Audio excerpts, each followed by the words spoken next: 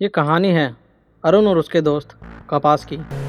शनिवार की रात घने अंधेरे में अरुण पसीने से लथपथ और बहुत घबराया सा बाइक को बहुत तेज़ी से भगाकर अपने घर जा रहा था। और जैसे ही घर पहुंचता है, बाइक सीधी भी नहीं खड़ी कर पाता और जल्दी से जाकर घर में घुस जाता है और लंबी लंबी सांसें लेने लगता है और फिर अपने कमरे में जाके सो जाता है। अगला दिन उसका जैसे तैसे दोपहर तक निकल जाता है। फिर उसको कपास का फ़ोन आता है। वो उसे बहुत इमरजेंसी में बुलाता है और फिर अरुण अपनी बाइक लेके उसके पास चला जाता है। अरुण कपास के पास पहुंचता है और दोनों में बहुत गंभीर बातें चलती हैं। और अचानक से अरुण बोलता है कि भाई, इसमें तो बहुत ख़तरा है, अगर हम फंस गए तो बहुत गड़बड़ हो जाएगी। कपास कहता है कि तू टेंशन मत ले, कुछ नहीं होगा। किसी को वैसे भी अभी तक कुछ पता नहीं चला है और ना ही कभी पता चलेगा। फिर वो दोनों गाड़ी की डिग्गी से कुछ निकाल कर पानी में फेंक देते हैं।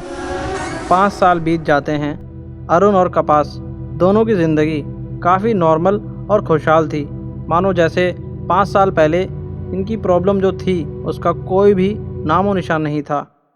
फिर एक दिन ऐसा होता है, एक नई लड़की ऑफिस ज्वाइन करती है और उसकी खूबसूरती के आगे अरुण और कपास दोनों मदहोश हो जाते हैं। कपास उस लड़की को देखकर कहता है, क्या माल है। अरुण कहता है, इसे माल मत बोल, इसमें तेरी भाभी बनने के पूरे लक्षण हैं। और यह कहकर वो उससे बात करने चला जाता है और धीरे धीरे अरुण उस लड़की के और करीब हो जाता है। एक दिन वो लड़की उससे नाइट आउट के लिए कहती है तो अरुण भी तैयार हो जाता है। रात हो जाती है। अरुण उसके घर जाके उसे पिक कर लेता है और दोनों फिर एक लॉन्ग ड्राइव पे चले जाते हैं। अरुण उसी झील के पास जाके गाड़ी रोकता है जहां उसने और कपास ने 5 साल पहले कुछ फेंक दिया था। दोनों वहीं झील के पास जाते हैं और बैठ जाते हैं और दोनों में जैसे ही नज़दीकियाँ बढ़ने लगती है, तभी अचानक से उस लड़की का चेहरा एक चुड़ैल में बदल जाता है। और यह देखकर अरुण बहुत डर जाता है और दूर खड़ा हो जाता है और पूछने लगता है, कौन हो तुम। वो कहती है, अच्छा तुम मुझे भूल गए, मैं प्रिया हूँ, याद कर तूने 5 साल पहले क्या किया था।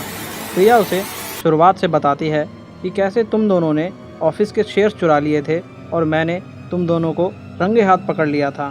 तुम दोनों को मैंने कितना रोका और तुम दोनों ने क्या किया था, मुझे ही उस बिल्डिंग से नीचे फेंक दिया था। अब मैं तुम्हें नहीं छोड़ूंगी।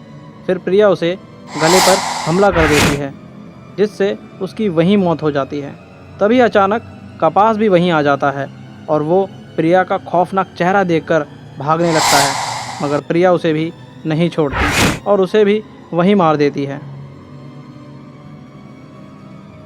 तो दोस्तों, इस कहानी से हमें ये सीख मिलती है कि हमारी करनी हमारा कभी पीछा नहीं छोड़ती, उसका फल हमेशा हमें ज़रूर मिलता है। अगर आपको ये कहानी अच्छी लगी है तो लाइक ज़रूर करना और हमारा चैनल हॉरर टेल्स को सब्सक्राइब ज़रूर करना। तो मिलते हैं एक नई कहानी के साथ, तब तक के लिए डरना मना है।